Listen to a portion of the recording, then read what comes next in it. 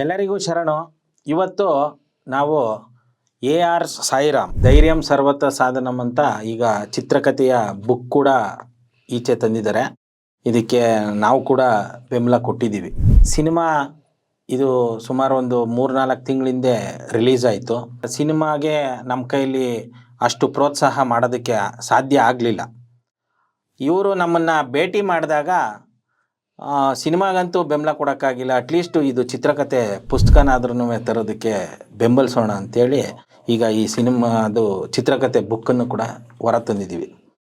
ಏನು ವಿಶೇಷತೆ ಈ ಪುಸ್ತಕ ಆಗ್ಬೋದು ಇಲ್ಲ ಸಿನಿಮಾದಲ್ಲಿ ವಿಶೇಷತೆ ಏನಂದರೆ, ಆರ್ಯ ದ್ರಾವಿಡ ವಿಚಾರಗಳನ್ನ ಭಾಳ ಅಚ್ಚುಕಟ್ಟಾಗಿ ಇವರು ಆ ಒಂದು ಕತೆಗೆ ಬ್ಲೆಂಡ್ ಮಾಡಿ ಸಿನಿಮಾದಲ್ಲಿ ತೋರಿಸಿದ್ದಾರೆ. ಇದೇ ಸಾಕಷ್ಟು ಜನಕ್ಕೆ ಉರಿಗೆ ಕಾರಣ ಆಗೋಯ್ತು.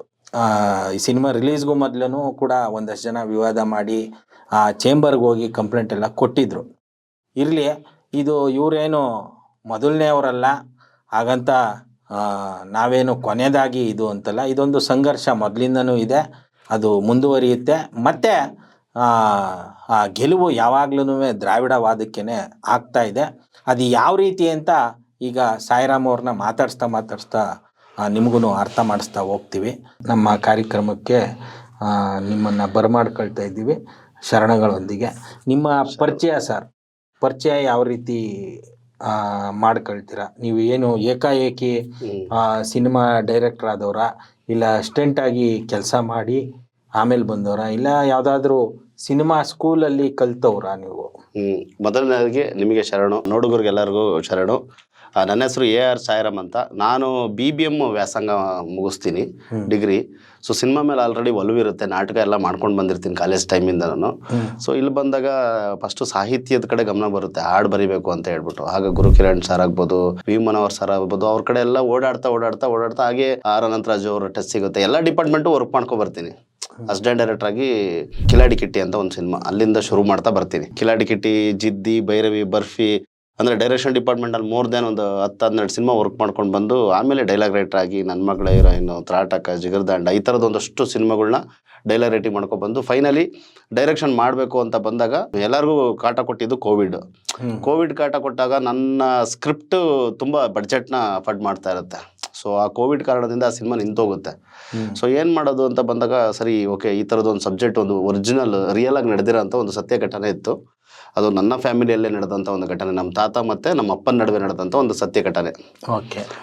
ಅಂದರೆ ನನ್ನ ತಾತನ ಆ ಊರಲ್ಲಿ ಒಂದು ದಲಿತ ಕುಟುಂಬಕ್ಕೆ ಸೇರಿದವರಾಗಿರ್ತಾರೆ. ಒಂದು ಗನ್ ತರ್ತಾರೆ ಅವರು. ಆ ಗನ್ ಅನ್ನೋದು ಒಂದು ಸಿಂಬಾಲಿಸಮ್ ಆಫ್ ಇದಂತಾರೆ, ಅದನ್ನು ಕರೇಜ್, ಧೈರ್ಯದ ಸಂಕೇತ ಅದು.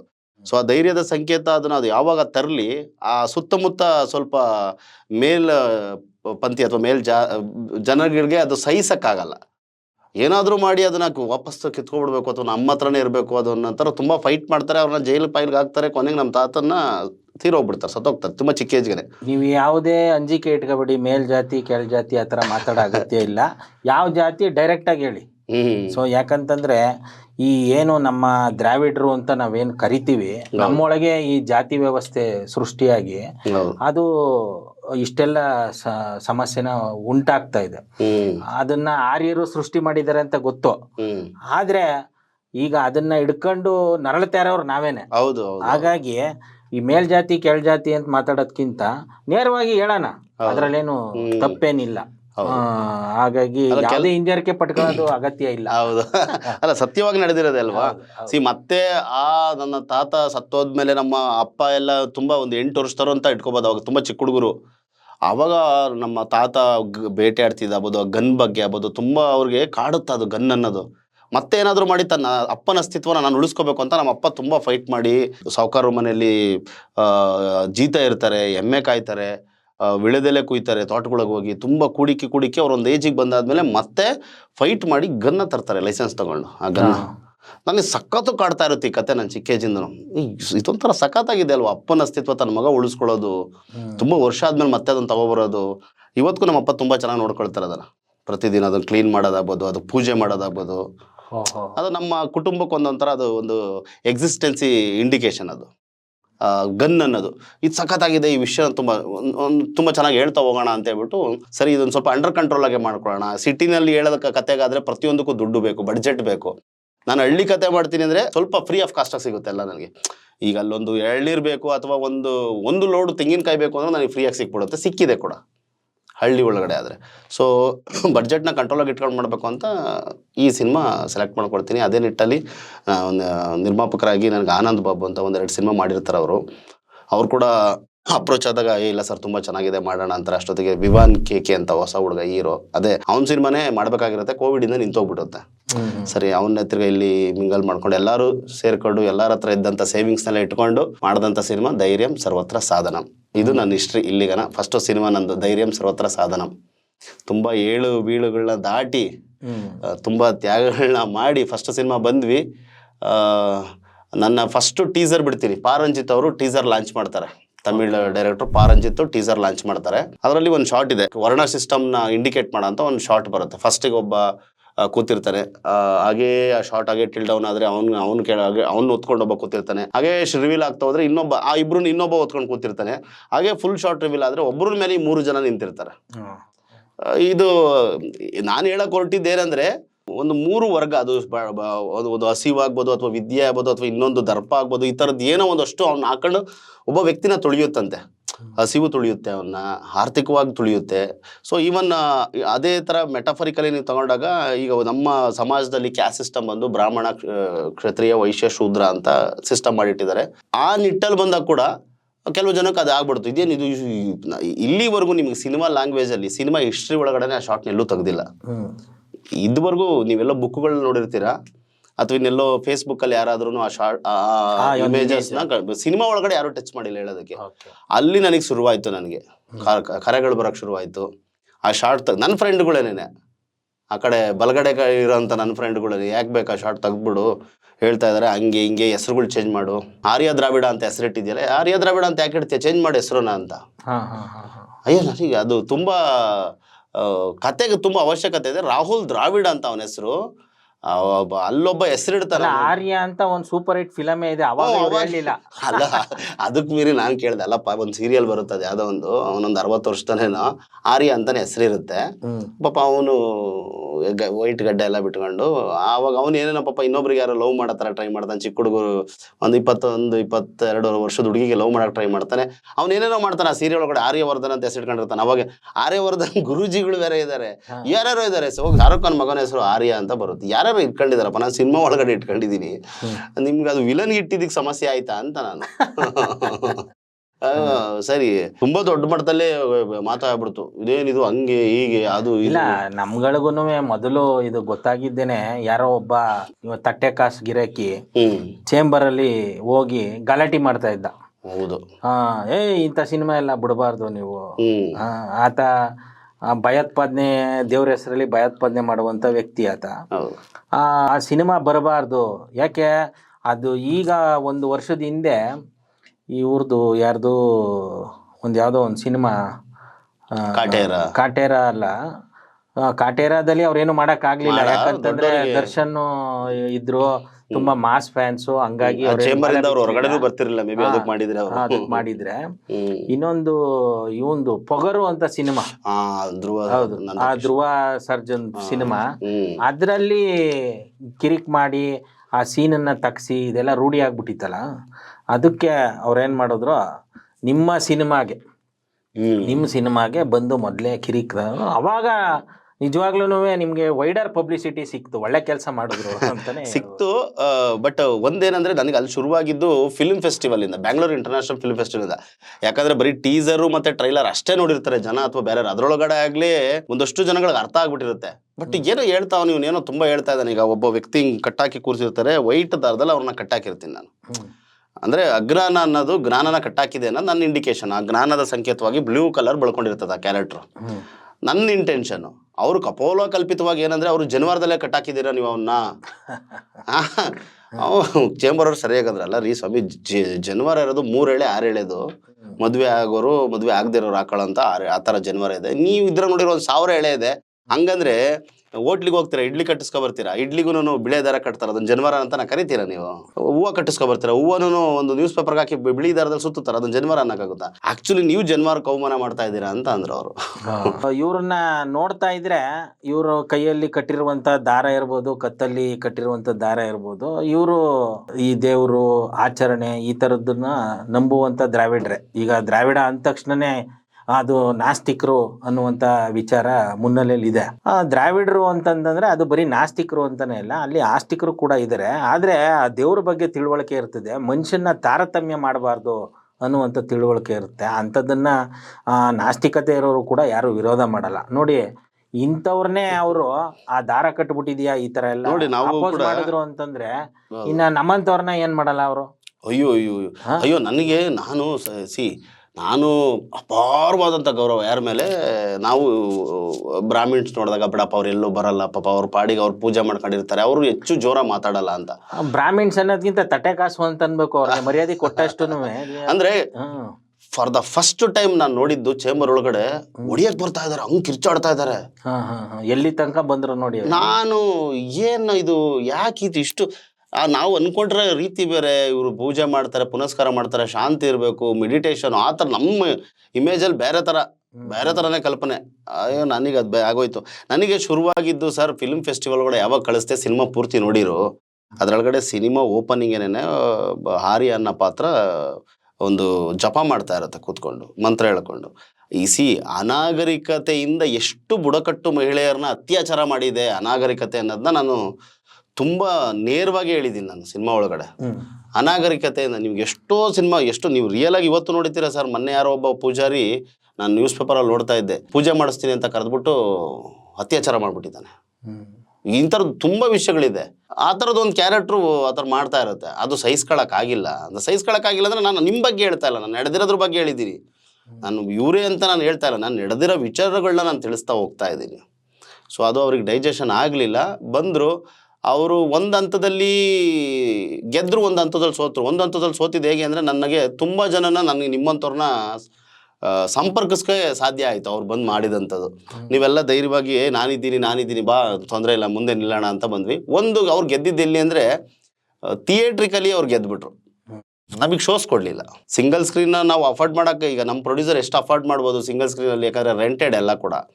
ಈಗ PVR, ಐನೆಕ್ಸು, ಸಿನಿಪೋಲಿಸು ಅವುಗಳೆಲ್ಲ ಅವ್ರಿಗೇನಂದರೆ ಕಂಟೆಂಟ್ ಚಾರ್ಜ್ ಕಟ್ಟಬೇಕು, ಶೇರ್ಸ್ ಇರುತ್ತೆ ನಮಗೂ ಅವ್ರಿಗೂ. ಅದು ಶೋಸ್ ನಮಗೆ ಸಿಗಲಿಲ್ಲ. ಅಲ್ಲೇ ಅವ್ರು ಗೆದ್ಬಿಟ್ರು. ಅದು ತುಂಬ ಹೊಡೆತ ಬಿತ್ತು ಕೂಡ ನಮಗೂ ಕೂಡ. ಇದು ನಿಮ್ಮೊಬ್ಬರಿಗೆ ಮಾತ್ರ ಅಂತಲ್ಲ, ಯಾರೆಲ್ಲ ಈ ದಾರಿಲಿ ಹೋಗ್ತೀವೋ ಅದು ಸರ್ವೇ ಸಾಮಾನ್ಯ. ಅದು ಇವಾಗ ನೀವು ಶುರು ಅಂತ ತಿಳ್ಕೊಳ್ಳಿ. ಇನ್ನು ಸ್ವಲ್ಪ ಇನ್ನೊಂದು 2 ಪ್ರಾಜೆಕ್ಟ್ ಆಗೋಷ್ಟೊತ್ತಿಗೆ ನೀವೇನು ಸೋತಿದ್ದೀನಿ ಅಂತ ಅನ್ಕೊಂಡಿದ್ದೀರ, ಅದಕ್ಕಿಂತ ದೊಡ್ಡ ಗೆಲುವು ಗ್ಯಾರಂಟಿ ಆಗುತ್ತೆ. ಸರ್, ಈ AR ಸಾಯಿರಾಮ್ ಕೆಲವು ಸಲ ಅನಿಲ್ ಅಂತ ಅಂತೀರಾ, ಕೆಲವು ಸಲ ಹೆಂಗೆ ನಿಮ್ಮನ್ನ ಯಾವ ಹೆಸರಿಂದ ಕರೆಯೋದು, ಏನಿದು ಹೆಸರು ಈ ಥರ ಇದೆ? ನನ್ನ ಹುಟ್ಟು ಹೆಸರು ಬಂದು ಅನಿಲ್ ಕುಮಾರ್ ಅಂತ. ಅನಿಲ್ ಕುಮಾರ್ ಆರ್ ಅಂದರೆ ನಮ್ಮ ಅಪ್ಪನ ಹೆಸರು ರಾಜಣ್ಣ. ಬಟ್ ಮನೆಯಲ್ಲೆಲ್ಲ ಬಾಬು ಅಂತ ಕರೀತಾರೆ. ಮನೆಯಲ್ಲಿ, ಊರಲ್ಲಿ ಎಲ್ಲ ಕಡೆ ಬಾಬು. ಅವಾಗ ಮುತ್ತಿನಾರ ಸಿನಿಮಾ ರಿಲೀಸ್ ಆಗಿತ್ತಂತೆ. ನಮ್ಮ ಚಿಕ್ಕಪ್ಪ ಸಿನಿಮಾ ನೋಡ್ಕೊಬಂದು ರಾಜೇಂದ್ರ ಸಿಂಗ್ ಬಾಬು ಡೈರೆಕ್ಟ್ರು ಆ ಹೆಸರನ್ನು ನನಗೆ ಕರೆದ್ರಂತೆ, ಬಾಬು ಅಂತ. ಚೆನ್ನಾಗೈತೆ ಹೆಸರು ಇರಲಿ ಅಂತ. ನಮ್ಮ ಅಣ್ಣ ದೊಡ್ಡ ಫ್ಯಾನ್ ಆಫ್ ವಿಷ್ಣುವರ್ಧನ್. ಆವಾಗ ಬಾಬು ಅನ್ನೋದು ಕರೀತಾ ಇದ್ರು. ಸರಿ, ಈಗ ಸಿನಿಮಾಗೆ ಬಂದಾದ್ಮೇಲೆ ನಾನು ಅನಿಲ್ ರಾಜಣ್ಣ ಅಂತ ನನ್ನ ಹೆಸರು ಮತ್ತು ನಮ್ಮ ಅಪ್ಪನ ಹೆಸರು ರಾಜಣ್ಣ ಅಂತ ಇಟ್ಕೊಂಡಿದ್ದೆ. ವಿಮನೋಹರ್ ಸರ್ ಜೊತೆ ಕೆಲಸ ಮಾಡಬೇಕಾದ್ರೆ ನಾನು ಸಾಯಿಬಾಬಾ ಅಂದರೆ ನನಗೆ ಪ್ರಾಣ, ತುಂಬ ದೊಡ್ಡ ಭಕ್ತ ನಾನು ಸಾಯಿಬಾಬಾಗೆ. ಏನೇ ಬರಲಿ, ಹಾಡುಗಳು ಬರೀಲಿ ಅಥವಾ ಸ್ಕ್ರಿಪ್ಟ್ ಬರೀಲಿ, ಅಥವಾ ಮುಂಚೆ ಬರಬೇಕಾದ್ರೆ ಓಂ ಶ್ರೀ ಸಾಯಿರಾಮ್ ಅಂತ ಬರಿತಾ ಇದ್ದೆ. ಸಾಯಿರಾಮ್ ಅಂತ ಎಲ್ಲ ಕಡೆ ಬರಿತಾ ಇದ್ದೆ. ನೋಡೋರು ಮನೋಹರ್ ಸರ್ ನೋಡಾದ್ಮೇಲೆ ಒಂದ್ಸರಿ ಅವ್ರು ಹಂಗಂದ್ರು, ಅಲ್ಲ ನಿನ್ನ ಹೆಸರು ಅನಿಲ್ ರಾಜಣ್ಣದಲ್ಲಿ AR ತಗೋಬಿಡು, ಈ ಓಂ ಶ್ರೀ ಬಿಟ್ಬಿಡು, ಬರೀ Sairam ಇಟ್ಕೊಬಿಡು, AR Sairam, AR Murugadoss, AR Rahman, AR Babu ಥರ ದೊಡ್ಡ ಮಟ್ಟದಲ್ಲಿ ಬರುತ್ತೆ ನಿನಗೆ, ತಗೋಬಿಡು ಅಂದರು. ನೀವು ಹೇಳ್ತಾ ಇದ್ದೀರಾ, ಗುರು ಹೇಳಿದ್ಮೇಲೆ ಇನ್ನೇನು, ಓಕೆ ಸರ್ ಅಂತೇಳಿ AR ಸಾಯಿರಾಮ್ ಹಿಂಗಾಯ್ತು. ವಿ ಮನೋಹರ್ ಅವರು ಕೊಟ್ಟಂತ ಹೆಸರು. ಹೌದು. ವಿ ಮನೋಹರ್ ನೀವು ತುಂಬಾ ಜೊತೆಲಿ ಕೆಲಸ ಮಾಡಿದ್ವಿ. ನಾನು ಮಾಡೋ ಪ್ರತಿ ಸಿನಿಮಾಗಳಲ್ಲೂ ಇರ್ತಾರೆ. ನಾನು ಡೈರೆಕ್ಷನ್ ಸಿನಿಮಾದಲ್ಲಿ ಒಂದು ಸ್ವಲ್ಪ ಮಿಸ್ ಆದ್ರು ಅವರು. ನಾನು ಮಾಡೋ ಪ್ರತಿ ಸಿನಿಮಾಗಳಲ್ಲೂ ನಾನು ಡೈಲಾಗ್ಸ್ ಬರೀತೀವಿ ಸಿನಿಮಾಗಳು, ನನ್ನ ಅಸ್ಟೆಂಟು ಕಿಲಾಡಿ ಕಿಟ್ಟಿನಲ್ಲೂ ಇದ್ರು ಅವರು. Okay okay. ಎಲ್ಲ ಇದರಲ್ಲಿ ಅವ್ರಿಗೆ ಏನಾದರೂ ಲಿರಿಕ್ಸು ಮ್ಯೂಸಿಕ್ಕು ಆ ಥರ ಏನಾದರೂ ಕೊಟ್ಟಿದ್ದೀರಾ? ಆ ಅವಕಾಶ ಕೊಡೋಕ್ಕಾಗಲಿಲ್ಲ. ಸ್ವಲ್ಪ ನಮ್ದೆಲ್ಲ ಸ್ವಲ್ಪ ಅಂಡರ್ ಕಂಟ್ರೋಲಿಂಗ್ ಬಡ್ಜೆಟ್ ಆಗಿರೋದ್ರಿಂದ ತುಂಬ ಜನ ಸ್ನೇಹಿತರಿದ್ದರು, ಕಮ್ಯುನಿಕೇಷನ್ ಆಗಲಿಲ್ಲ ಆ ಟೈಮಲ್ಲಿ. ಸೊ ತುಂಬ ಸಲ ಏನಾಗ್ಬಿಡುತ್ತೆ, ದ್ರಾವಿಡತೆ ಈ ಥರ ವಿಚಾರ ಮಾತಾಡಬೇಕು ಅಂತಂದರೆ ಅವರು ದೇವ್ರನ್ನೇ ನಂಬಲ್ಲ, ಅವರು ಪೂಜೆ ಮಾಡಲ್ಲ, ಈ ಥರದ್ದನ್ನೆಲ್ಲ. ದ್ರಾವಿಡರು ದೇವ್ರ ಕಲ್ಪನೆ ಏನು ಅಂತಂದರೆ, ಯಾರು ಒಳ್ಳೆ ವ್ಯಕ್ತಿಗಳಿರ್ತಾರೋ ಅವರು ಅವರ ಜೀವಿತಾವಧಿಲಿ ಒಳ್ಳೆ ಕೆಲಸ ಮಾಡಿರ್ತಾರೆ, ಅವರು ತೀರೋದ ನಂತರ ಅವ್ರನ್ನ ನೆನೆಸ್ಕೊಳ್ತಿರ್ತಾರೆ. ಅದು ನಿಜವಾಗ್ಲೂ ದ್ರಾವಿಡ ದೇವರು ಅಂತಂದರೆ, ದೇವರು ಅನ್ನೋ ಕಲ್ಪನೆ ಅಲ್ಲ, ದೇವರು ಅನ್ನೋದು ಬಂದಿದ್ದೇನೆ ಅಲ್ಲಿಂದ. ಆಮೇಲೆ ಇವರು ತಟ್ಟೆ ಕಾಸವರು ಅದು ಹೊಟ್ಟೆ ಹೊರೆಯೋಕ್ಕೋಸ್ಕರ ಈ ರೀತಿ ಪಿತೂರಿಗಳನ್ನ ಮಾಡ್ಕೊಂಡು ಈಗ ಅಂತೂ ದೇವರು ಅಂದ್ರೇ ಬಯ್ಯ ರೀತಿಲಿ ಆಗ್ಬಿಟ್ಟಿದೆ. ಅವರೇ ಒಂದಷ್ಟು ಅದೇ ಹೇಳಿದ್ದು, ಯಾವ ವಸ್ತುನ ಅವರು ತಮ್ಮ ವೈಯಕ್ತಿಕವಾಗಿ ಬಳಸ್ಕೊಳ್ತಾರೆ ಅವಾಗ ಆ ವಸ್ತುವಿನ ಪರಿಣಾಮ ಕಡಿಮೆ ಆಗ್ತಾ ಬರುತ್ತಂತೆ. ದೇವರು ಅನ್ನೋದಷ್ಟೇ, ದೇವರು ಅನ್ನೋ ಕಲ್ಪನೆ ಪ್ರಕೃತಿಯವಾಗಿತ್ತು ಆಗ. ಈಗ ನೋಡಿ, ನಾವು ಇವತ್ತಿಗೂ ಮುನಿಯಪ್ಪ ಅಂತ ಮಾಡ್ತೀವಿ, ಪ್ರಕೃತಿ ಹಬ್ಬ. ಹೊಲಗಳಲ್ಲಿ ಬೆಳೆ ಬಂದು ನಿಂತಾಗ ಬೆಳೆಗೆ ಪೂರ್ವಕವಾಗಿ ನಾವೊಂದು ಪೂಜೆ ಮಾಡಿ ಆ ಬೆಳೆಗೆ ನಾವೊಂದು ಧನ್ಯವಾದ ಹೇಳೋ ಅಂಥದ್ದು ಇವತ್ತಿಗೂ ನಡೆಯುತ್ತೆ ಅದು. ನಾನು ಸಿನಿಮಾದಲ್ಲಿ ಒಂದು ಡೈಲಾಗ್ ಕೂಡ ಬರೆದಿದ್ದೆ, ಯಾವುದು ಒಳ್ಳೆ ವಿಷಯ ಆಗಿರುತ್ತೋ ಅದು ಇನ್ನೂ ಶತಮಾನಗಳು ಏನು 100-200 ವರ್ಷಗಳು ಕಳೆದ್ರು ಜನ ಆಚರಿಸ್ತಾರೆ, ಆರಾಧಿಸ್ತಾರೆ ಅಂತ ಹೇಳ್ತಾನೆ ಒಬ್ಬ. ಈಗ ಸತಿ ಸಹಗಮನ ಪದ್ಧತಿ ಆಚರಣೆ ಸರಿ ಇರಲಿಲ್ಲ, ಜನ ಅದನ್ನು ತಿರಸ್ಕಾರ ಮಾಡಿರು. ಎಷ್ಟೋ ಪದ್ಧತಿಗಳು ಹಾಗೆ ಯಾವುದು ಸರಿ ಇಲ್ಲದೆ ಅರ್ಧದಲ್ಲಿ ಬಂದು ತುಳ್ಕೊಂಡಿರುತ್ತೆ ಜನಗಳ ಮಧ್ಯೆ, ಅದು ಯಾವತ್ತೂ ಅದಕ್ಕೆ ಜೀವಂತಿಕೆ ಇಲ್ಲ, ಜಾಸ್ತಿ ಆಯಸ್ಸಿಲ್ಲ, ಅದಕ್ಕೆ ಆಚರಣೆ ಮಾಡೋಕ್ಕೂ ಆಗಲ್ಲ. ಹಾಗಾಗಿ ಇದು ಕೂಡ ನಿಜವಾದ ದೇವರು ಏನು ಅನ್ನೋದು ಪ್ರಕೃತಿದತ್ತವಾಗಿರೋಂಥ ದೇವರು ಇವತ್ತು ಬೆಳಕಿಗೆ ಬರ್ತಾ ಇದ್ದಾನೆ, ಪ್ರತಿಯೊಬ್ಬರಿಗೂ ಅದು ಅರ್ಥ ಆಗ್ತಾ ಇದೆ. ಈಗ ಕೆಲವು ಜನ ಮನುಷ್ಯರು ಮಾಡ್ಕೊಂಡಿರೋಂಥ ದೇವರುಗಳು ಅಂತ ಏನು ಅದ್ರ ಮುಖಾಂತರ ಮೌಢ್ಯತೆ ಮೂಢನಂಬಿಕೆಗಳ ಜನಗಳಿಗೆ ತುಂಬ್ತಾ ಇದ್ದಾರೆ. ಜನಗಳು ಕೂಡ ಅದರಿಂದ ಹೊರಬರೋಕ್ಕೆ ತುಂಬ ಪ್ರಯತ್ನ ಪಡ್ತಾ ಇದ್ದಾರೆ. ಆ ನಾಸ್ತಿಕತೆಯಲ್ಲಿ ಆಸ್ತಿಕತೆಯನ್ನು ಹುಡಿಕೊಳ್ತಾ ಇದ್ದಾರೆ. ನಮ್ಮದು ನಾಸ್ತಿಕವಾದದಲ್ಲಿ ಆಸ್ತಿಕತೆ ನಮ್ಮದು. ನಾವು ಪೆರಿಯಾರ್ ವಾದದಿಂದ, ಪೆರಿಯಾರ್ ಹೇಳಿದ ಅರ್ಥ ಬೇರೆ. ಪೆರಿಯಾರ್ ಹೇಳಿದ್ದು ಬ್ರಾಹ್ಮಣಿಸಮಲ್ಲಿ ನಿನಗೆ ಮೌಢ್ಯತೆ ಮೂಢನಂಬಿಕೆಗಳು ನೇರ್ತಾ ಇದ್ದಾರಲ್ಲ, ಅದು ದೇವರಲ್ಲ, ನಿನ್ನಲ್ಲಿದ್ದೇನೆ ದೇವರು. ನಾನು ಮೊನ್ನೆ ಒಂದು ಸೇಯಿಂಗ್ ಬರ್ದಾಗ್ತದೆ, ಶಿವನ ಕಂಡೆನ ಕಾಯಕದೊಳಗಿರಲು ತನುಮನ ಶಿವನ ಕಂಡೆನ ಅಂತ. ಅಂದರೆ ನನ್ನ ತನುಮನ ಕೆಲಸ ಮಾಡ್ತಾ ಇರ್ಬೇಕಾದ್ರೆ ಆ ಕೆಲಸನೇ ನನಗೆ ಶಿವ ಕಾಣ್ತಾನೆ. ಅದು ನಾನು ಕಾಣೋ ಅಂಥ ದೇವರು. ಇನ್ನು ಕೆಲವು ಜನ ದೇವರುಗಳು ಅವರು ಮನೆಯೊಳಗಡೆ, ಈಗ ಈ ಬಸವಣ್ಣವರು ಅದಕ್ಕೆ ಏನು ಮಾಡ್ತಾರೆ, ಇಷ್ಟಲಿಂಗ ಅಂತ ಅಂದ್ಬಿಟ್ಟು ಕೂರಿಸ್ಬಿಟ್ರು ಅವರು. ಇದು ದೇವರು, ನೀನು ಇಲ್ಲಿ ಏಕಾಗ್ರತೆ, ಇದು ಪ್ರಾರ್ಥನೆ ಮಾಡು. ಅಂದರೆ ನಿನ್ಗೆ ಯಾವುದಾದ್ರೂ ಒಂದು ವಸ್ತು ಬೇಕು. ಈಗ ನಮ್ಮ ಮನೆ ಹೊಲದಲ್ಲಿ ಮರಗಳನ್ನ ಪೂಜೆ ಮಾಡ್ತೀವಿ ನಾವು, ಮುನಿಯಪ್ಪ ಅಂತೇಳಿ. ಆ ಥರ ಒಂದು ವಸ್ತು ಪೂಜೆ ಮಾಡೋ ಅಂಥ ಕ್ರಮ, ಅದರಿಂದ ನಮಗೇನೋ ಸಿಗುತ್ತೆ ಅನ್ನೋದಲ್ಲ, ಒಂದು ಮಾನಸಿಕ ನೆಮ್ಮದಿ, ಆಧ್ಯಾತ್ಮ, ಒಂದು ದೇಹಕ್ಕೆ ಒಂದು ದೇಹ ಅಥವಾ ದೇಶಕ್ಕೆ ಸ್ವತಂತ್ರ ಸಿಗಬೇಕು ಅಂತ ಒಂದು ಆಧ್ಯಾತ್ಮದ ಒಂದು ಮೂಲ ಹೋಗಬೇಕು ಅಂತ ಅಷ್ಟೆ. ನೀವು ಈ ನಿಮ್ಮ ಸಿನಿಮಾದಲ್ಲಿ ಆರ್ಯ ದ್ರಾವಿಡ ಇದನ್ನು ಅಳವಡಿಸ್ಕೊಳ್ಳೋ ಬದಲು ಬಡವ ಶ್ರೀಮಂತ ಅಳವಡಿಸ್ಕೋಬೋದಿತ್ತಲ್ವ? ಯೂಶ್ವಲಿ ಎಲ್ಲ ಸಿನಿಮಾಗಳಲ್ಲೂ ಹೀರೋ ಬಡವ ಆಗಿರ್ತಾನೆ, ಹೀರೋಯಿನ್ನು ಶ್ರೀಮಂತರಿರ್ತಾರೆ, ಇಲ್ಲ ಹೀರೋಯಿನ್ನು ಶ್ರೀಮಂತರಿರ್ತಾರೆ, ಹೀರೋ ಬಡವ ಆಗಿರ್ತಾರೆ, ಇವ್ರ ಮಧ್ಯೆ ಘರ್ಷಣೆ ನಡೀತದೆ. ಹೌದು, ಈ ಥರದ್ದನ್ನು ಪೋರ್ಟ್ರೇ ಮಾಡ್ತಾರೆ ಕನ್ನಡ ಸಿನಿಮಾಗಳಲ್ಲಿ ಹೆಚ್ಚು. ನೀವು ಆಮೇಲೆ ಇನ್ನು ಕೆಲವರು ಜಾತಿಗಳನ್ನ ಪೋರ್ಟ್ರೇ ಮಾಡ್ತಾರೆ. ಇಂಥ ಇದರಲ್ಲಿ ಈಗ ಆರ್ಯ ದ್ರಾವಿಡ ಈ ವಿಚಾರನ ನೀವು ಅಳವಡಿಸಿದ್ದೀರಿ ಅಂತಂದರೆ ನಿಜವಾಗ್ಲೂ ನಿಮ್ಮ ಗುಡ್ಗೆ ಮೆಚ್ಚಬೇಕು. ಜೊತೆಗೆ ಇದಕ್ಕೆ ಪ್ರೇರಣೆ ಏನು, ಈ ವಿಚಾರನ ನೀವು ಅಲ್ಲಿ ಅಳವಡಿಸೋದಕ್ಕೆ ನಿಮ್ಮ ಸಿನಿಮಾದಲ್ಲಿ? ಮೊದಲನೇದಾಗಿ ಸಿನಿಮಾದ ಫಸ್ಟ್ ಮೇನ್ ಲೇಯರ್ ಬಂದೇನೆ ಬಡವ ಶ್ರೀಮಂತರ ನಡುವೆ ನಡೆಯುವಂಥ ಅಸೂಯೆ. ಈಗ ಶ್ರೀಮಂತ ಎಕ್ಸಾಂಪಲ್ ನಾನು ಹೇಳೋದು, ನಾನು ನಿಮ್ಮ ಮನೆ ಒಳಗಡೆ ಕೆಲಸ ಮಾಡ್ತಾ ಇದ್ದೀನಿ, ನೀವು ದೊಡ್ಡ ಶ್ರೀಮಂತರ ಅಂತ ಇಟ್ಕೊಳ್ಳೋಣ. ನಿಮ್ಮ ಮನೆಯಲ್ಲಿ ನಿಮಗೆ ಬೈಕ್ ಇಲ್ಲ, ನೀವು ದೊಡ್ಡ ಮನೆ ಇದೆ, ಬಟ್ ನಾನು ಬೈಕ್ ತಗೊಬಿಡ್ತೀನಿ. ನಿಮ್ಮಲ್ಲಿ ಒಂದು ಅಸೂಯೆ ಉಂಟಾಗ್ಬಿಡುತ್ತೆ, ನನ್ನ ಹತ್ರನೆಲ್ಲ ಅವನ ಹತ್ರ ಇದೆಯಲ್ಲ ಅಂತ. ಆ ಅಸೂಯೆ ಅನ್ನೋದು ಹೆಚ್ಚಿ ಹೆಮ್ಮಾರವಾದಾಗ ಏನೆಲ್ಲ ಆಗುತ್ತೆ ಅನ್ನೋ ಅವಘಡಗಳು ಬಡವ ಮತ್ತು ಶ್ರೀಮಂತ ನಡುವೆ ನಡೆಯುವಂಥ ಒಂದು ಯುದ್ಧನ ಧೈರ್ಯಂ ಸರ್ವತ್ರ ಸದರಂ. ಇದರೊಳಗಡೆ ನನಗೆ ಹೇಳಬೇಕು ಅನಿಸಿದ್ದು, ಸಂಸ್ಕೃತಿಗಳ ಅಥವಾ ಭಾಷೆಗಳ ಸಂಘರ್ಷ ಇದೆ. ಸಂಸ್ಕೃತಿಗಳ ಮತ್ತು ಭಾಷೆಗಳ ಸಂಘರ್ಷ ತುಂಬ.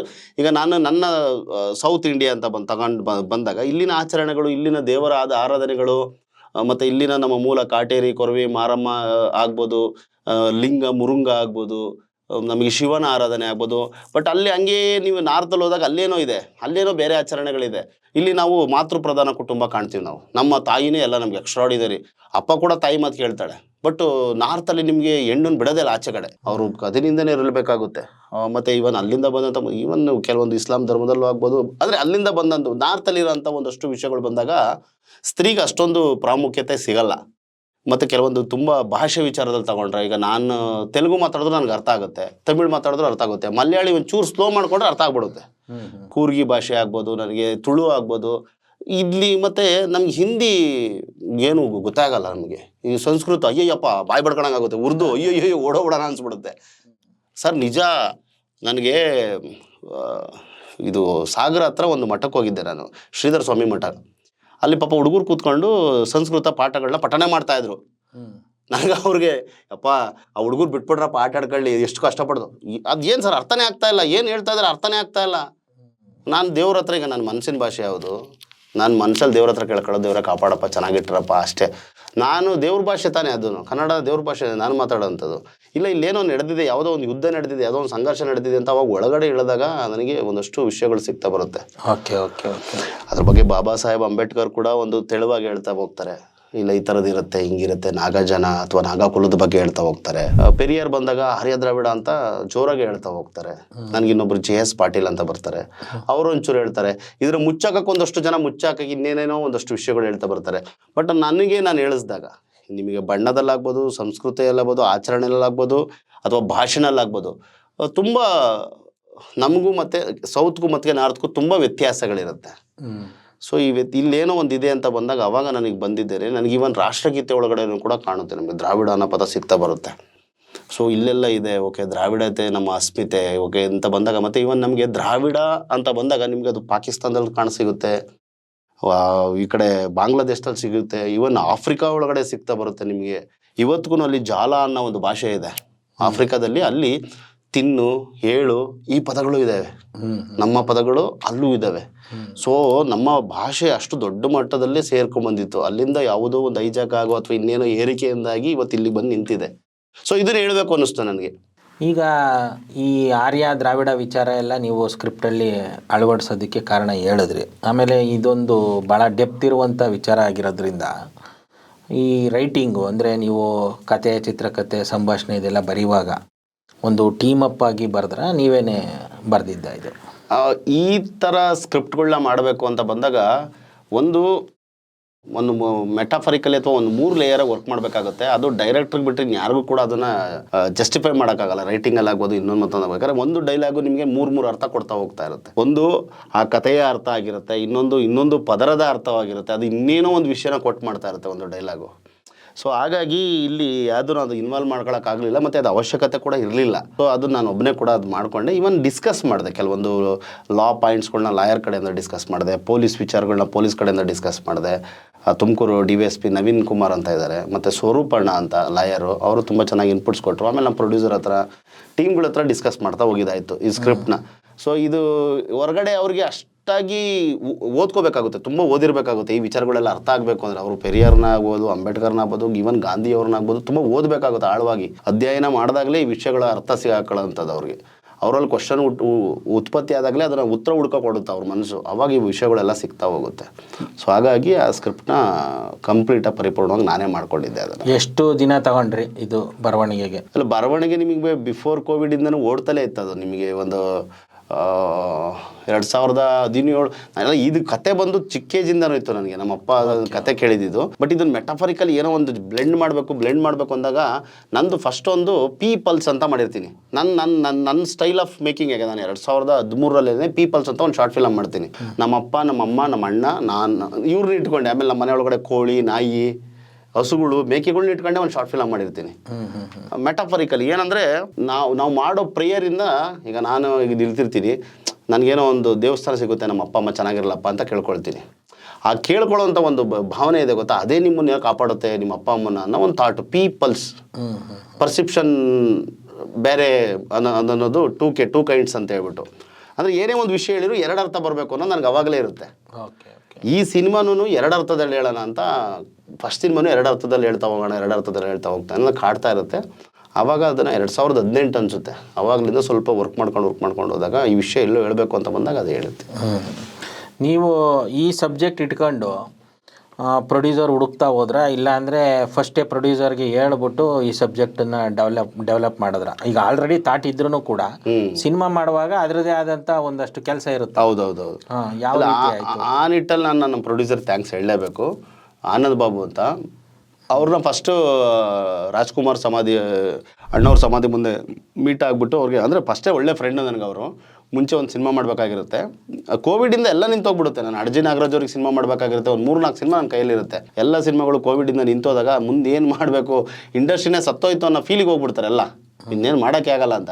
ಸರಿ ಏನು ಮಾಡ್ಬೇಕು, ಏನೋ ಒಂದು ಚಿಕ್ಕ ಮಾಡೋಣ ಅಂತ ಬಂದಾಗ ಅವಾಗ ಪ್ರೊಡ್ಯೂಸರ್ ಇಲ್ಲ ಸರ್ ನಾವು ಮಾಡೋಣ, ಏನಾದರೂ ಮಾಡೋಣ ಅಂದಾಗ ಈ ಕತೆ ಹೇಳ್ತೀನಿ ಅವ್ರಿಗೆ. ಭಾರಿ ಬ್ಯೂಟಿಫುಲ್ ಆಗಿದೆ ಸರ್, ಸಖತ್ತಾಗಿದೆ ಸರ್ ಈ ವಿಷಯ, ಅಲ್ವಾ ಸರ್? ಹೌದಲ್ವಾ? ಹಾಗೆ ಹೀಗೆ ಅಂದ್ಬಿಟ್ಟು ಸರಿ ಅಂದ್ಬಿಟ್ಟು ಹಿಂಗೆ ಹೋದಾಗ ನಮ್ಮ ಹೀರೋನು ಸಿಕ್ಬಿಡ್ತಾರೆ. ಎಲ್ಲ ಸೇರ್ಕೊಂಡಾದ್ಮೇಲೆ ಮಾಡಿದ್ದು. ಆ್ಯಕ್ಚುಲಿ ನಾನು ಸ್ಕ್ರಿಪ್ಟ್ ರೆಡಿ ಇಟ್ಕೊಂಡಿದ್ದೆ, ಪ್ರೊಡ್ಯೂಸರ್ ಸಿಕ್ಕಾದ್ಮೇಲೆ ಮತ್ತೊಂದಷ್ಟು ಕರೆಕ್ಷನ್ ಮಾಡಿಕೊಂಡೆ ನಾನು. ಮತ್ತೊಂದಷ್ಟು ಡೈಲಾಗ್ಸು, ಈಗ ಪ್ರೈಮರಿ ವರ್ಷನ್ ಆಗಿತ್ತು, ಕೀ ಡೈಲಾಗ್ಸ್ ಇಟ್ಕೊಂಡಿದ್ದೆ. ಆಮೇಲೆ ಸೆಕೆಂಡರಿ ಡೈಲಾಗ್ಸ್ ಮಾಡಿ ಫೈನಲ್ ಡೈಲಾಗ್ ವರ್ಷನ್ ರೆಡಿ ಮಾಡ್ಕೊಂಡಿದ್ದಾಯಿತು. ಸೊ ಇದು ಆ ಕೋವಿಡ್ ಸಂದರ್ಭದಲ್ಲಿ ನೀವು ಮಾತ್ರ ಅಂತಲ್ಲ, ಎಲ್ಲರೂ ಕುಗ್ಗೋಗ್ಬಿಟ್ಟಿದ್ರು ಪಾಪ. ಹೌದು. ಇನ್ನೇನು ಸಿನಿಮಾ ಅಂದರೆ ಮುಗ್ದೇ ಹೋಯ್ತು ಹೌದು ಅನ್ನೋ ರೀತಿಲಿ. ಹೌದು. ಅಂಥ ಸಂದರ್ಭದಲ್ಲೂ ನೀವು ಗಟ್ಟಿಯಾಗಿ ಈ ವಿಚಾರನ, ಯೂಶ್ವಲಿ ಏನು ಮಾಡ್ತಾರೆ, ಇಂಥ ಸಂಕಷ್ಟದ ಸಂದರ್ಭದಲ್ಲಿ ಮತ್ತೆ ಸಂಕಷ್ಟ ಯಾಕಪ್ಪ, ಅದು ಕ್ರಿಯೇಟ್ ಮಾಡಿಬಿಟ್ಟಿರುವಂಥದ್ದು. ನೀವು ದ್ರಾವಿಡ ಆರ್ಯ ಇದೆಲ್ಲ ಮಾತಾಡ್ಬಿಟ್ರೆ ನೀವೇನು ಮಾಡೋಕ್ಕೆ ಆಗಲ್ಲ, ಸಿನಿಮಾ ಮಾಡೋಕ್ಕಾಗಲ್ಲ, ಆದರೂ ನಿಮಗೆ ಸಾಧ್ಯನೇ ಇಲ್ಲ ಅಂತೆಲ್ಲ. ನೋಡಿ, ಈಗ ವರ್ಷಕ್ಕೆ 200 ಸಿನಿಮಾ ರಿಲೀಸ್ ಆದರೆ 190 ಸಿನಿಮಾ ಫೇಲ್ ಆಯ್ತವೆ. 190 ಸಿನಿಮಾನೂ ಆರ್ಯರ ಏನು ಆಲೋಚನೆ ಇದೆ ಅದೇ ಆಲೋಚನೆಯ ಸಿನಿಮಾಗಳೇ. ಇಲ್ಲಿ ದ್ರಾವಿಡತೆಯ ಸಿನಿಮಾ ಅದು ಬರೋದೇ 1-2 ಬಂದಿರ್ತದೆ. ಅದರಲ್ಲಿ 100% 2 ಬಂದಿದ್ರೂ 2 ಗೆದ್ದಿರುತ್ತೆ. ಒಂದು ಈಗ ನಾವು ರೀಸೆಂಟಾಗಿ ಕಾಟೇರ ಅಂತ ಒಂದು ಸಿನಿಮಾ ನೋಡ್ಬೋದು, ಅದು ದ್ರಾವಿಡತೆಯೇ ಅದರಲ್ಲೂ ಇರೋದು. ಈಗ ಧೈರ್ಯಂ ಸರ್ವತ್ರ ಸಾಧನಂ ಇರ್ಬೋದು, ಫೈನಾನ್ಷಿಯಲಿ ಅವ್ರಿಗೆ ಸಮಸ್ಯೆ ಆಗಿದೆ ಹೊರತಾಗಿ, ಆದರೆ ಅವ್ರನ್ನ ಇವತ್ತು ಎಲ್ಲ ಕಡೆಗೂ ತಲುಪಿಸಿದೆ. 190 ಸಿನಿಮಾ ಫ್ಲಾಪ್ ಆಗಿದೆ. ಆರ್ಯರ ಚಿಂತನೆ ಅಂದರೆ ಇವರ ತಟ್ಟೆ ಕಾಸೋರ ಚಿಂತನೆ ಏನು, ಯಥಾಸ್ಥಿತಿನ ಮೇಂಟೈನ್ ಮಾಡುವಂಥದ್ದು ಕೂಡ ಅದೇ ಚಿಂತನೆ. ಆದರೆ ದ್ರಾವಿಡತೆ ಅಂತಂದ್ರೆ ಏನು, ಸಮಾನತೆಯ ಚಿಂತನೆ, ಪ್ರತಿಯೊಬ್ಬರನ್ನು ಗೌರವಿಸ್ಬೇಕು, ಸೆಲ್ಫ್ ರೆಸ್ಪೆಕ್ಟ್ ಇರಬೇಕು, ನಮ್ಮ ಭಾಷೆ ಅದು ಈ ನೆಲದ ನುಡಿ ಅದು ಉಳಿಬೇಕು. ಇದು 1-2 ಬರುತ್ತೆ, ಅದು ಖಂಡಿತವಾಗ್ಲೂ ಗೆಲ್ಲುತ್ತೆ. ಆದರೆ ಈ ಸಿನಿಮಾ ಲೋಕ ಇರ್ಬೋದು, ಬೇರೆ ಬೇರೆ ಲೋಕ ಇರ್ಬೋದು, ಅವರು ಪ್ರೊಜೆಕ್ಟ್ ಮಾಡೋದು ಯಾವ ರೀತಿ ಅಂದರೆ, ನೀವು ಇದನ್ನೆಲ್ಲ ಮಾತಾಡ್ಬಿಟ್ರೆ, ನೀವು ಇದನ್ನೆಲ್ಲ ಮಾಡೋಕ್ಕೆ ಹೋಗ್ಬಿಟ್ರೆ ಅದು ಸಾಧ್ಯನೇ ಇಲ್ಲ ಅಂತ. ಅಂಥ ಸಂದರ್ಭದಲ್ಲೂ ಇವರು ಎದೆಗೊಂದದೆ ಅವ್ರು ಏನು ಅಂದ್ಕೊಂಡಿದ್ರೋ ಅದನ್ನು ಮಾಡಿದ್ದೀರಿ, ಅಲ್ಲೇ ನೀವು ಗೆದ್ದಿದ್ದೀರ. ಅಂದರೆ ದ್ರಾವಿಡ ಅಂತ ಬಂದಾಗ ಪ್ರಕೃತ ಧರ್ಮ ಅಂತ ಹೇಳ್ಬೋದು. ನಾವು ಪ್ರಕೃತಿ ಪರವಾಗಿರ್ತೀವಿ, ಪ್ರಕೃತಿ ವಿಚಾರಗಳನ್ನ ಜಾಸ್ತಿ ಆಲೋಚನೆ. ನನ್ನ ಸಿನಿಮಾ ಒಳಗಡೆ ಕೂಡ ಅದನ್ನು ಹೇಳಿದ್ದು, ನಿಮಗೆ ಸಾಹಿತ್ಯದಲ್ಲಿ ಕೂಡ ನಿಸರ್ಗವೇ ಉಸಿರು ನೀಡೋ ತಾಯಿ ಕಣೋ, ಗಿಡ ಮರ ಬೆಳೆಸೋ ತಮ್ಮ, ಗಿಡ ಮರ ಪ್ರಕೃತಿ ಉಳಿಸೋ ತಮ್ಮ ಅಂತ ಹೇಳ್ಬಿಟ್ಟು ಲಿರಿಕ್ಸ್ ಇದೆ ಕೂಡ. ಅಂದರೆ ಮರಗಳಿಗೆ ನಾವು ಅಷ್ಟು ಪ್ರಿಫರೆನ್ಸ್ ಕೊಡ್ತೀವಿ. ಈಗ ಒಂದು ವ್ಯಕ್ತಿ ಸತ್ತ ಅಂದರೆ, ಈಗ ಇತ್ತೀಚೆಗೆಲ್ಲ ನೀವು ನೋಡಿದ್ರೆ ಕಳೆಪುರಿ ಎರಿಸ್ಕೊಂಡು ಹೋಗ್ತಾರೆ. ನಮ್ಮ ದ್ರಾವಿಡತೆಯಲ್ಲಿ, ಮೂಲ ದ್ರಾವಿಡತೆಯಲ್ಲಿ ಏನು ಮಾಡ್ತಿದ್ರು, ಪ್ರತಿಯೊಬ್ಬರು ಮನೆಯಿಂದನೂ ಒಂದೊಂದು ಇಡೀ ಬೀಜಗಳನ್ನ ತರ್ತಾಯಿದ್ರು, ಸೀಡ್ಸ್.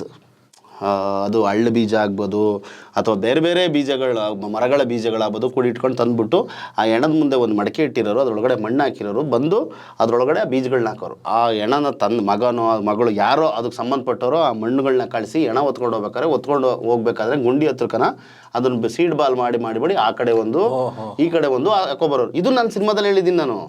ಇದು ಸುಮಾರು ನಿಮಗೆ 800 ವರ್ಷದಿಂದ ನಡೆದಿರೋಂಥ ವಿಷಯಗಳು ಇದೆಲ್ಲ ನಿಮಗೆ.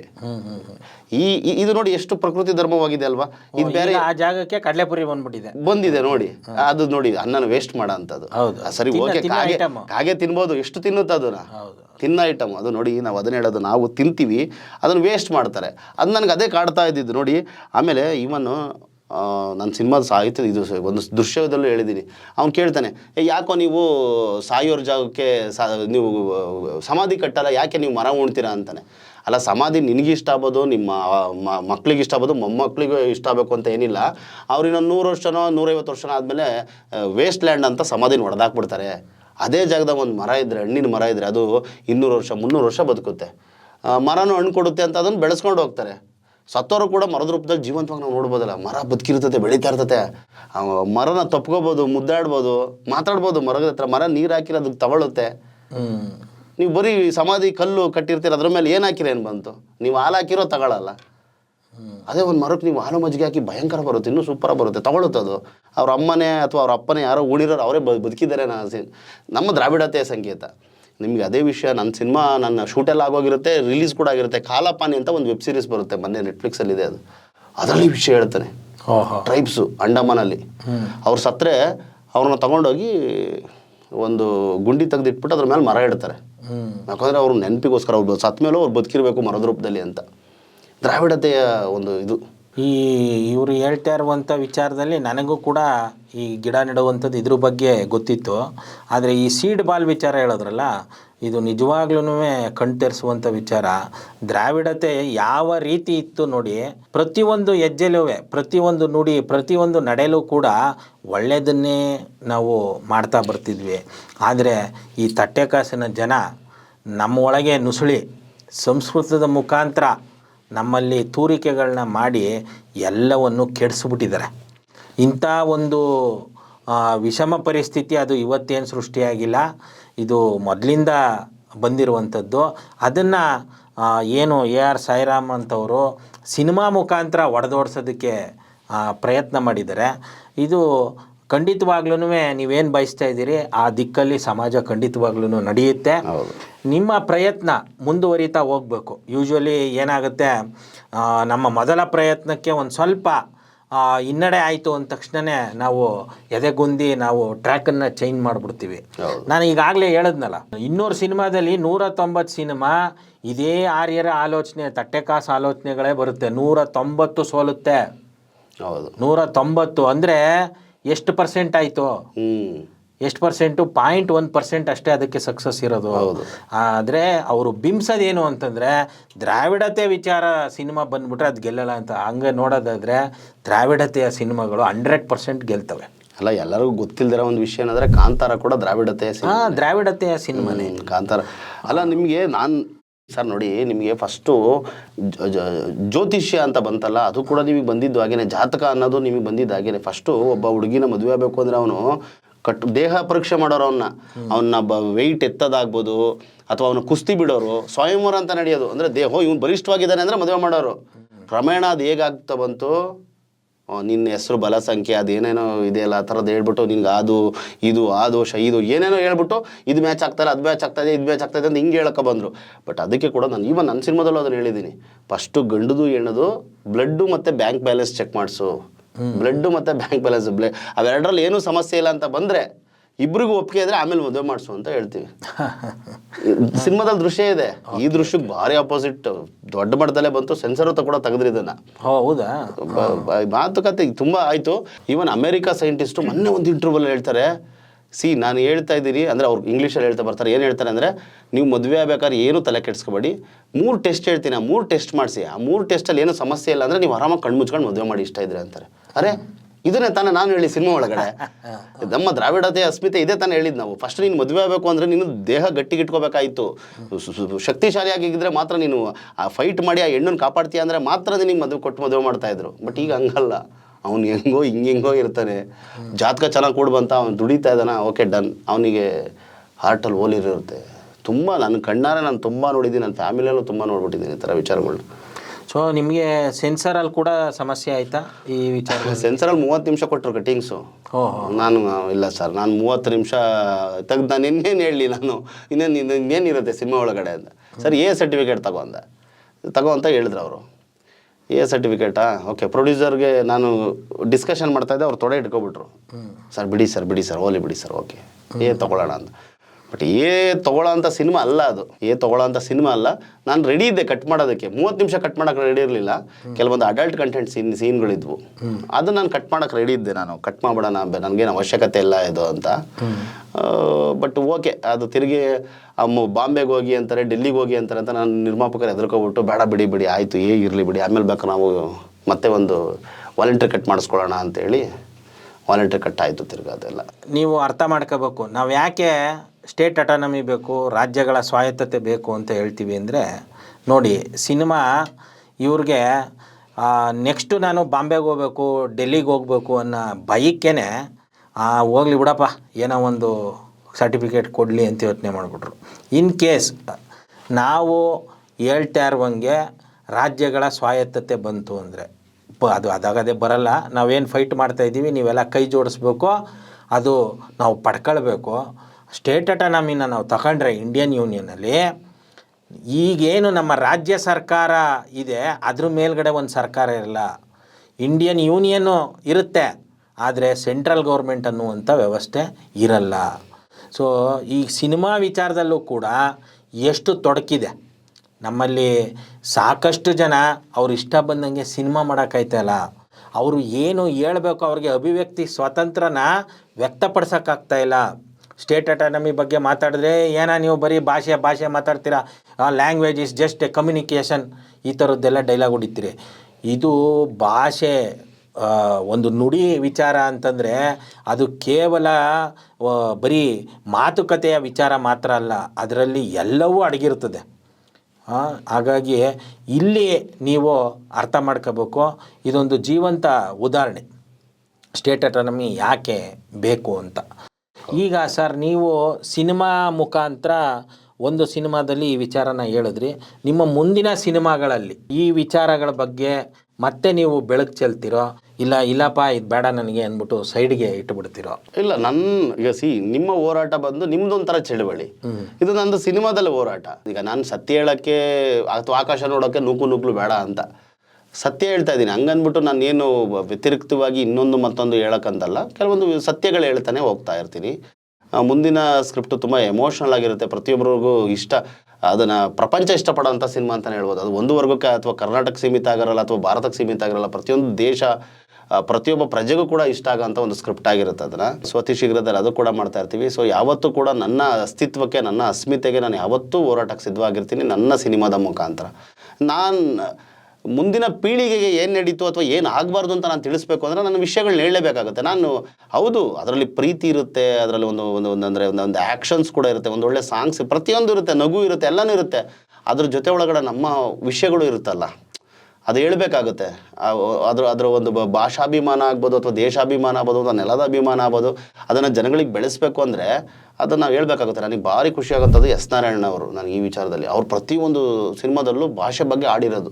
ಹೌದು, ನನಗೆ ಇವತ್ತು ಮೈ ರೋಮಾಂಚನ ಆಗುತ್ತೆ. ಮತ್ತು ನಮಗೆ ಹಂಸಲೇಖ ಅವರು ಮ್ಯೂಸಿಕ್ ಮಾಡೋ ಸಿನಿಮಾಗಳಲ್ಲಿ ಕನ್ನಡದ ಬಗ್ಗೆನೋ ಅಥವಾ ನೆಲದ ಬಗ್ಗೆನೋ ಅಥವಾ ನಿಮ್ಮ ಸಿನಿಮಾಲು ಒಂದು ಇರ್ಬೋದಿತ್ತಲ್ಲ, ಯಾಕಿರಲಿಲ್ಲ? ನಮಗೆ ಇಲ್ಲ, ಬಡ್ಜೆಟ್ ಅನ್ನೋದು ತುಂಬ ಮ್ಯಾಟ್ರ್ ಆಗಿತ್ತು. ನನಗೆ ತುಂಬ ಆಸೆ ಇತ್ತು ಹೇಳಬೇಕು ಅನ್ನೋದು. ಬಟ್ ಇಲ್ಲಿ ಆ ಥರದ್ದೊಂದು ಸ್ಪೇಸ್ ಸಿಗಲಿಲ್ಲ ನನಗೆ, ಹೇಳೋದಕ್ಕೆ ಆ ಸ್ಪೇಸ್ ಸಿಗಲಿಲ್ಲ ನನಗೆ. ಈ ಫ್ಲೇವರ್ ಕೂಡ ಬೇರೆ ಥರ ಹೋಗ್ತಾ ಇತ್ತು, ಸ್ಕ್ರಿಪ್ಟ್ ಫ್ಲೇವರ್ ಕೂಡ.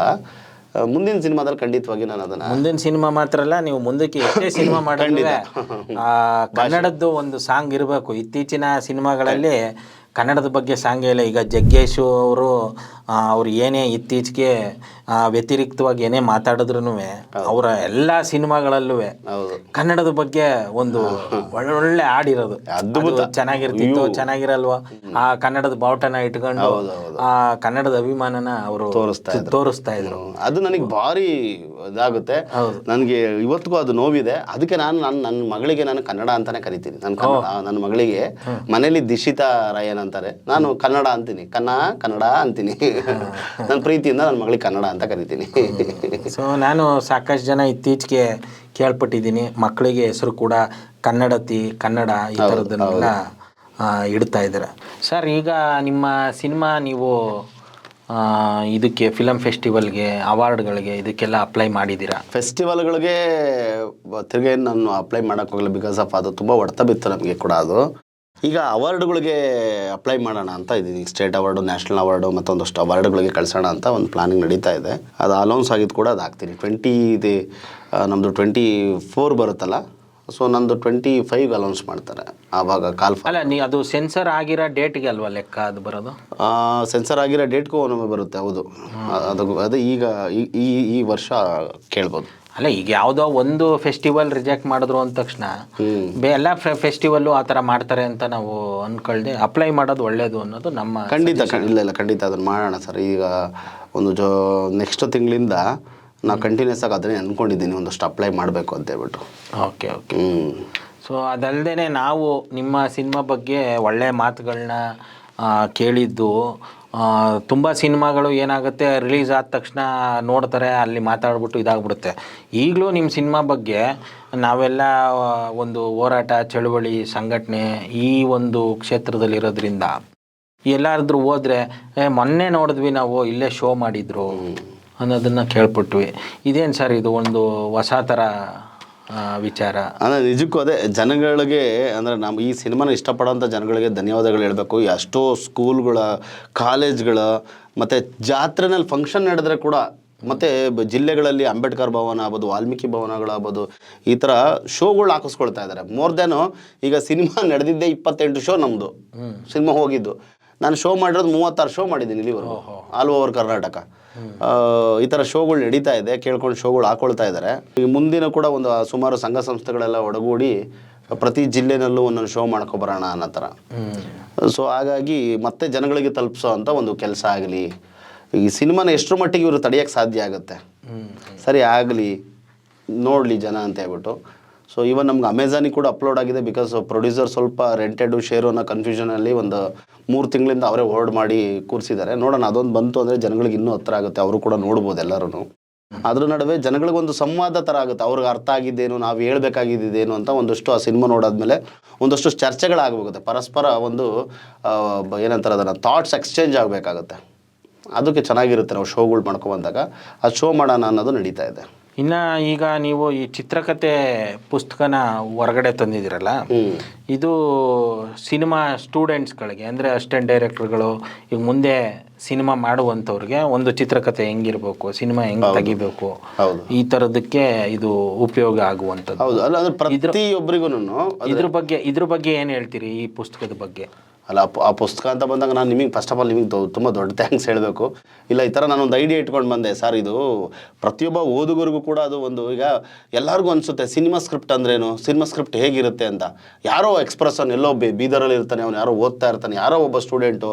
ಪ್ರತಿಯೊಬ್ಬರಿಗೂ ಸಿನಿಮಾ ಅಂದ್ರೆ ಇದು ಯಾಕೆ ಶೂಟ್ ಮಾಡ್ತಾರೆ. ಈಗಂತೂ ಒಂದು ಮೊಬೈಲಲ್ಲಿ ಬಂದಾಗಲಿಂದ ಸ್ವಲ್ಪ ಜನಗಳಿಗೆ ಅರ್ಥ ಆಗ್ತಾ ಇದೆ, ಓಕೆ ಶೂಟ್ ಆದರೆ ಈ ಥರ ಮಾಡ್ಬೋದು ಅಂತ. ಸ್ಕ್ರಿಪ್ಟ್ ಸೆನ್ಸ್ ಕೂಡ ಅರ್ಥ ಆಗಬೇಕು ಅಂತೇಳಿ ಕತೆ, ಚಿತ್ರಕಥೆ ಮತ್ತು ಸಂಭಾಷಣೆ ಎರಡೂ ಸೇರಿ ಬರೆದಂಥದ್ದು. ಚಿತ್ರಕಥೆ ಮತ್ತು ಸಂಭಾಷಣೆ ನಿಮ್ಗೆ ಓದ್ತಾ ಹೋದರೆ ಓಕೆ, ಒಂದು ಪೂರ್ಣಚಂದ್ರ ತೇಜಸ್ವಿ ಅವರದ ಒಂದು ಕಾದಂಬರಿ ಓದ್ದಂಗೆ ಇರುತ್ತೆ ನಿಮಗೆ. ಬಟ್ ಅದು ಸಿನಿಮ್ಯಾಟಿಕಲ್ಲಿ ಸಿನಿಮಾ ಗ್ರಾಮರ್ ಒಳಗಡೆ ಇರ್ತಾ ಹೋಗುತ್ತೆ ನಿಮಗೆ. ಅದು ಆ ಸಿನಿಮಾ ಸ್ಟೂಡೆಂಟ್ಸ್ಗೂ ಆಗ್ಬೋದು, ಅದು ಸಿನಿಮಾದವ್ರಿಗೂ ಆಗ್ಬೋದು, ಸಿನಿಮಾ ಹೊರತಾಗಿ ಎಲ್ಲ ಓದುಗರಿಗೂ ಆಗ್ಬೋದು. ಅದು ಹೊಸ್ದಾಗಿ ಕೊಂಡು ಕೂಡ ಓದ್ಬೋದು. ಅದು ನಾಲೆಡ್ಜ್ ಗೇನಬಲ್ ಆಗಿರುತ್ತೆ. ಓಕೆ, ಒಂದು ಜ್ಞಾನದ ಸಂಪಾದನೆಗೂ ಕೂಡ ಅದು ನೀವು ಓದ್ಬೋದಾಗುತ್ತೆ. ಸೊ ಈಗ ನಿಮ್ಮ ವಿಚಾರಧಾರೆ ಏನು, ಧೈರ್ಯಂ ಸರ್ವತ್ರ ಸಾಧನಂ, ಅದನ್ನು AR ಸಾಯಿರಾಮ್ ಅವರು, ಅನಿಲ್ ರಾಜಣ್ಣ ಸಾಯಿರಾಮ್ ಅವರು ಅದನ್ನು ದೃಶ್ಯ ಮಾಧ್ಯಮದಲ್ಲಿ ಜೊತೆಗೆ ಈ ಒಂದು ಬರವಣಿಗೆ ಮುಖಾಂತರ ಕೂಡ ದಾಖಲಿಸಿ ಇಟ್ಟಿದ್ದಾರೆ. ಅದು ಏನು ಈ ಒಂದು ಭೂಮಿ ಇರುತ್ತೆ ಅಲ್ಲಿವರೆಗೂ ಕೂಡ ಉಳ್ಕೊಳ್ಳುತ್ತೆ. ನಿಧಾನಕ್ಕೆ ಅದು ತಲುಪಬೇಕಾದವ್ರನ್ನ ಖಂಡಿತವಾಗ್ಲೂ ತಲುಪ್ತಾ ಇದೆ. ಇಂಥ ಒಂದು ಧೈರ್ಯನ ವ್ಯಕ್ತಪಡಿಸಿರುವಂಥವ್ರು ಮತ್ತು ದ್ರಾವಿಡತೆ ವಿಚಾರನ ಕನ್ನಡಿಗರ ಮಧ್ಯದಲ್ಲಿ ಅವ್ರದ್ದೇ ಶೈಲಿಯಲ್ಲಿ ತಲುಪಿಸೋದಕ್ಕೆ ಪ್ರಯತ್ನಪಟ್ಟಂಥ AR ಸಾಯಿರಾಮ್ ಅವರು ಇವತ್ತು ನಮ್ಮ ಜೊತೆ ಬಂದು ಮಾತಾಡಿದ್ದಕ್ಕೆ ಶರಣು. Thank you sir. Thank you sir, thank you so much. ನಿಮ್ಮ ಸಪೋರ್ಟ್ ಹೀಗೆ ಇರಲಿ. ಮುಂದಿನ ಮತ್ತು ನನಗೆ ಮೇಯ್ನಾಗಿ ಹೇಳ್ಬೇಕಂದ್ರೆ ನೀವು ಕಲಾವಿದರಾಗಬೇಕು. ನನ್ನ ಮುಂದಿನ ಸಿನಿಮಾದಲ್ಲಿ ಒಂದೊಳ್ಳೆ ಪಾತ್ರ ಇರುತ್ತೆ ನಿಮಗೆ. ದಯವಿಟ್ಟು ಮಾಡಿ. ಇವತ್ತು ಪ್ರಕಾಶ್ ರೈ ಅವರ ಧ್ವನಿ ದೊಡ್ಡ ಮಟ್ಟಕ್ಕೆ ತಲುಪ್ತಾ ಇದೆ, ಅಥವಾ ಕಿಶೋರ್ ಅವ್ರ ಧ್ವನಿ ದೊಡ್ಡ ಮಟ್ಟಕ್ಕೆ ತಲುಪುತ್ತೆ. ಅವರು ಕಲಾವಿದರಾಗಿ ಒಂದು ದೊಡ್ಡ ಮಟ್ಟದಲ್ಲಿದ್ದರು. ನಿಮ್ಮ ಧ್ವನಿನೂ ತಲುಪಬೇಕು. ನೀವು ದಯವಿಟ್ಟು ಕಲಾವಿದರಾಗಿ ಮುಂದೆ ಬರಬೇಕು. ನಿಮಗೂ ದೊಡ್ಡ ಮಟ್ಟದ ಶಿಷ್ಯರಿಂದನೇ ಇದೆ ಸಿನಿಮಾ ರಂಗದಲ್ಲಿ.